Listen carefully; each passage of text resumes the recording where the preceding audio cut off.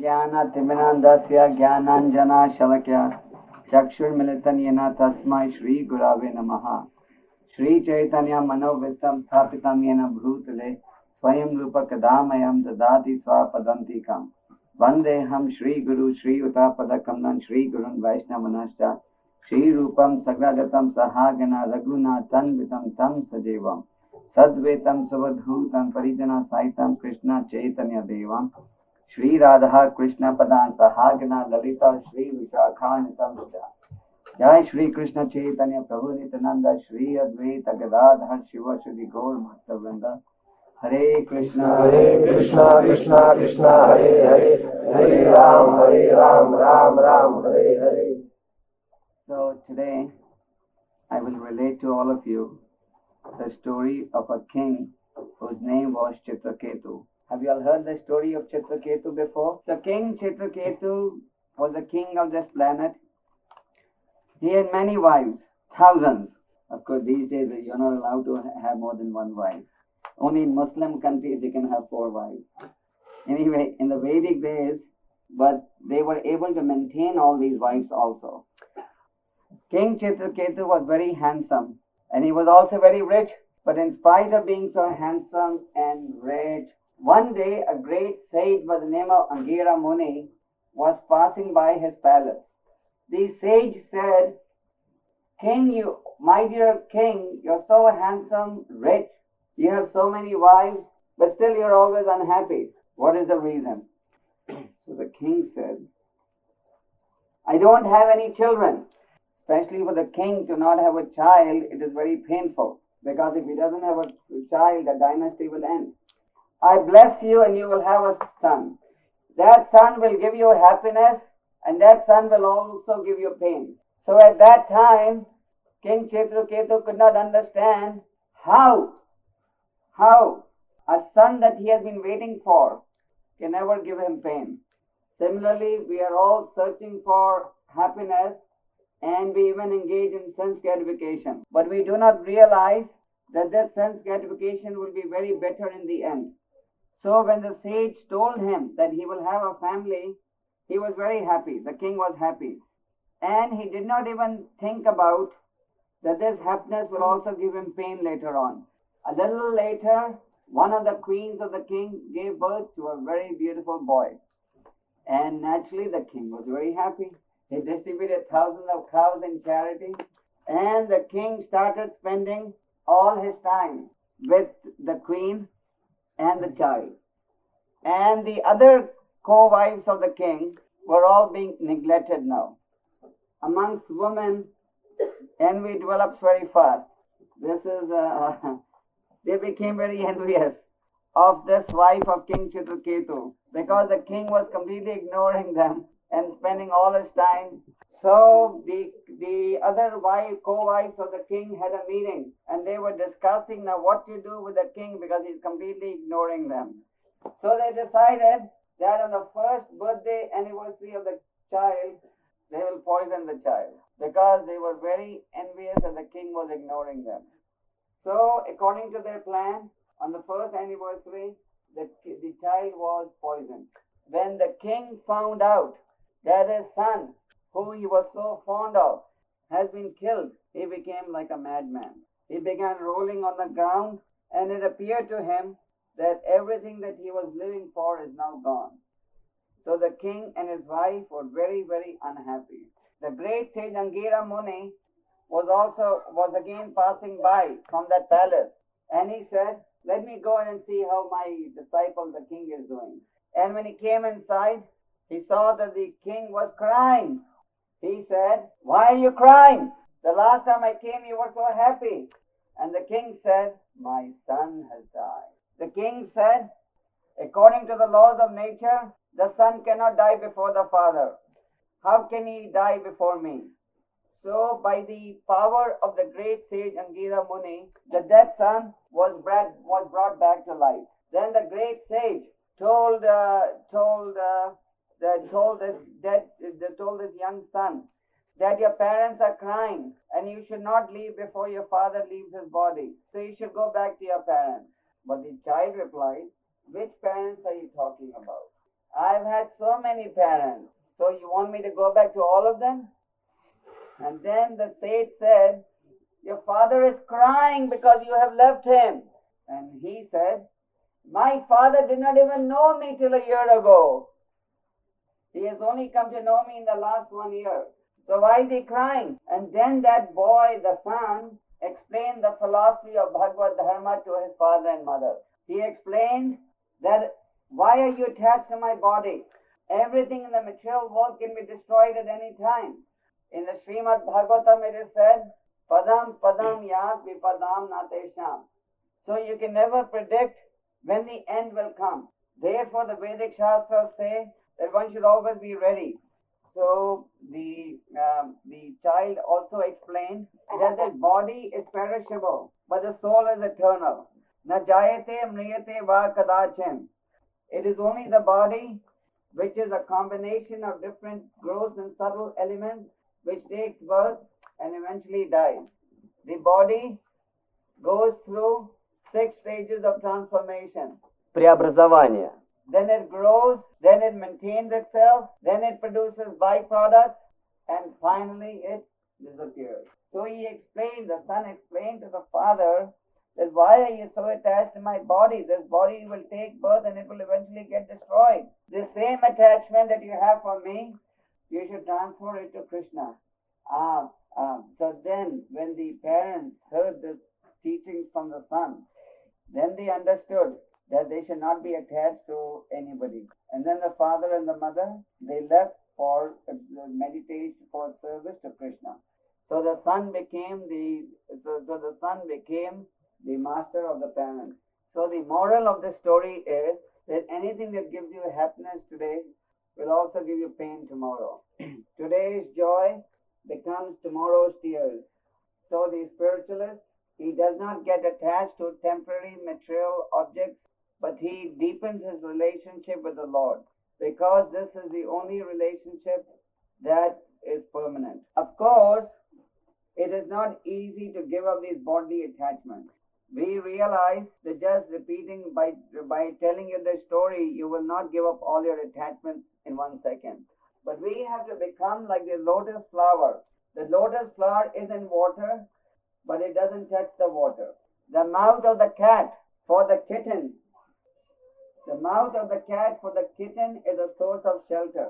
Have you seen the cat carrying the baby by the mouth? The kitten has no fear in the mouth of the mother. But that same mouth of the cat for the mouse, it's the fear of death. When the mouse sees the cat coming, it says, now I'm finished. And when the kitten sees the mouth of the cat, it says, now I'm protected. So the devotee uses the material world to serve Krishna. Therefore, he is always protected by the Lord. And the materialist is like the mouse. This material energy eats the materialist. In the Srimad Bhagavatam, with the rising of the sun every morning, even in your country, the sun rises every morning. Of course, in winter, it may be rising a little late, but it rises. And in the evening, the sun will also set. In winter, the sun sets early. And in summer, it sets later. So the Bhagavatam says, with the rising and setting of the sun, the duration of life of everyone is being reduced, except those who have given their life to the Lord. So every morning when the sun rises, it is giving the materialist notice. Mr. Alex, there's 1 day left in your life. But Mr. Alex doesn't understand the significance of the rising and setting of the sun. He thinks that his scientists promised him last year that very soon he will not have to die. He thinks that people are already transplanting hearts now, so very soon man will become deathless. You know, America is a crazy country.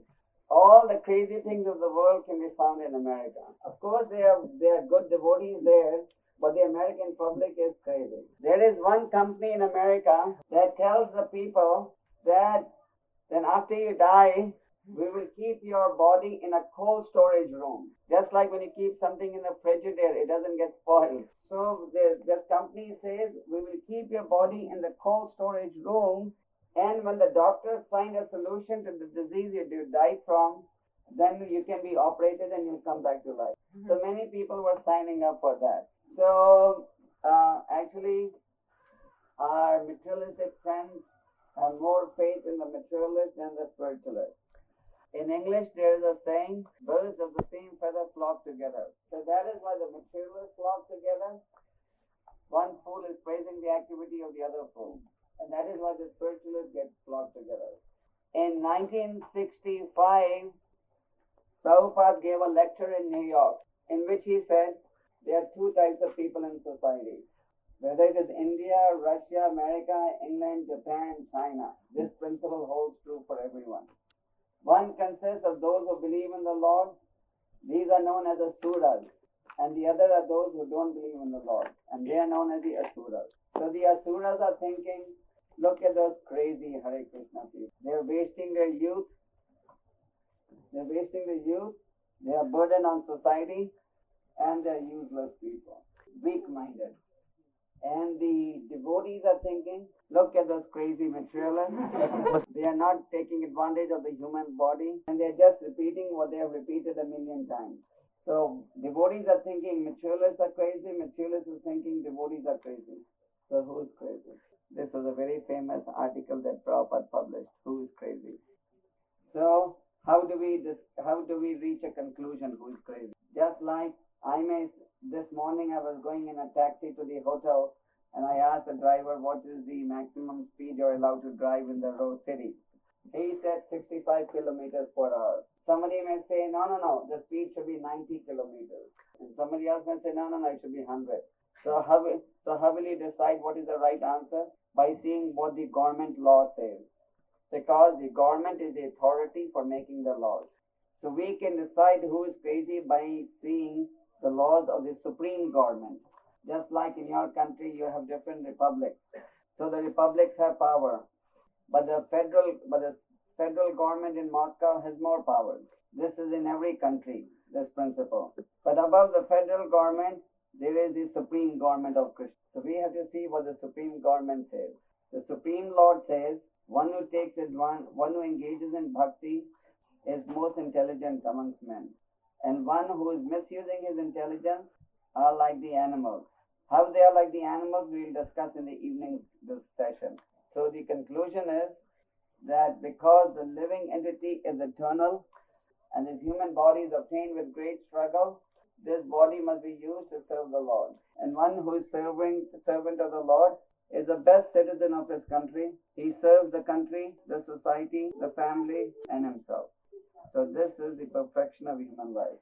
And those who are wasting their human life in sense gratification, they do not understand that they may not get a human birth for millions and millions of years. For eating cow's meat only once, they have to take their birth equal to the number of hairs in the cow's body. So anyone here who's a farmer? Has anyone counted how many hairs in the cow? More than 100,000. So you can eat the cow's flesh once, but as long as you're willing to pay the price. So if you eat cow's meat 365 days a year, then you multiply that by, let's say you live for 70 years. So you multiply 300. If we eat milk or meat? Meat. If you eat meat once, you have to take your birth 100,000 times as a cow and be slaughtered. So if you eat meat 365 times in a year, so you multiply 100,000 by 365. Then you multiply that by number of years that you live. This is only the punishment for one sin. This is only the punishment for one type of sin. Then there is going to be punishment for illicit sex, intoxication, gambling. So by the time you finish paying up all your old bills, so it will be several. So who is crazy now? One who sacrifices sense enjoyment for a few years, or one who engages in sense enjoyment? Hare Krishna. Hare Krishna. In the evening, I'm going to tell you the price of the punishment for illicit sex. If you tell this to the karmis on the road, they'll shoot you. But this is what the Bhagavatam says. Okay, I can take one or two questions and I'll just... Prashadam, if they have prashad, I'll take it. If they know, then no. I can take one or two questions. No questions? If one thinks of Krishna at the time of death, he goes to Krishna Loka immediately, or he have to get through some purification processes? Correct. It's a non-stop flight. It's called Vaikuntha Airlines, not Aeroflot or not Air India. Non-stop, Moscow, Vaikuntha Loka. I explained the whole story in detail in Leningrad to the devotees about Arjamil. Yeah, because Arjamil had not completely died. He was only unconscious. He was unconscious. But even in the unconscious state, he heard the conversation between the Vishnu Dutas and the Yama Dutas.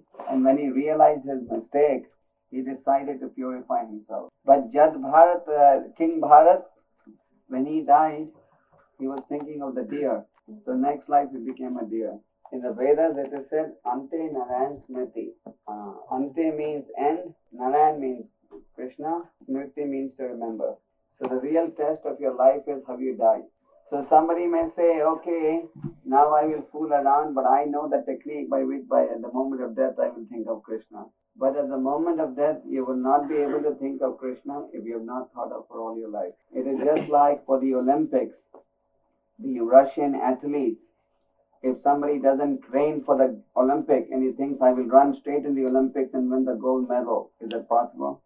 The Russian athletes, they practice all year. And then when they go to the Olympics, they win the medal. All over the world, Russian, American, Indian, same principle for everyone. Can you explain the subject of material attachment for Guru? And attachment for Guru is never material, it is always spiritual. Because the Guru is not the material personality, hopefully. How you explain the destiny and birth? The destiny and birth. Yeah. Everyone is born with it. This is the last question. After that, your Vaproshe should be kept for the evening. So everyone who is born, he is born with his quota of happiness and distress. So, but based on your previous karma, otherwise how can you explain that a 10-day-old child dies? Or how can you explain that a child is born blind or deaf? Whatever our destiny may be, just like Prabhupada said, when you clap in front of the deities, then all these lines in the hand go away. The lines are still there because when you surrender to Krishna, then he changes your destiny. Just like if I in India become very friendly with Rajiv Gandhi, then my destiny will also change. I may be a poor man, then I will also become big man. So once you become friendly with the biggest of all big men, in your country, have you heard of Rockefeller and the rich millionaires of the world? Okay. Anyway, so if you become friendly with the biggest of the big men, then that big man will protect you. So now it is time for prasad. Now there is a 3-hour interval. In the cinema halls in Russia, they ring the bell at interval time. In Krishna consciousness, we chant, dance and eat. We don't even work and Krishna sends us everything. Prabhupada used to say that when he bought the big church in Los Angeles in 1969, we have a very beautiful church that is now a temple in Los Angeles. The Radha Krishna Murtis are called Rukmini Dwarkadesh. Our temples bought so many big vans and buses and cars. So all the neighbors were saying, where are the Hare Krishnas getting all the money from? But Krishna, the devotees of Krishna work hard and Krishna provides the means. So Prabhupada went to the West only with 40 rupees. 40 rupees is what, like 40 rubles. 40 rupees is 2 rubles. And with 2 rubles, he opened 300 centers all over the world. So there must be some magic in Krishna. Actually, we are friends of everyone. We wish everyone well. We don't want to disturb anyone. We want to be peaceful citizens of every country wherever we are. We want to follow the laws of the state and in our private life glorify the Supreme Lord. We don't interfere in the affairs of other people or the society. And we respect the laws of the state and work within the laws. Hare Krishna.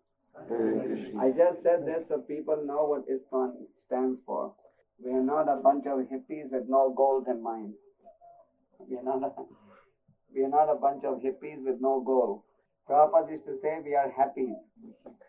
Не хит, это здесь такой. Well, I promised them by next time I'll have many more Russian words in my vocabulary. Somebody in Leningrad is sending me a course book on how to learn Russian for foreigners. Okay, Hare Krishna.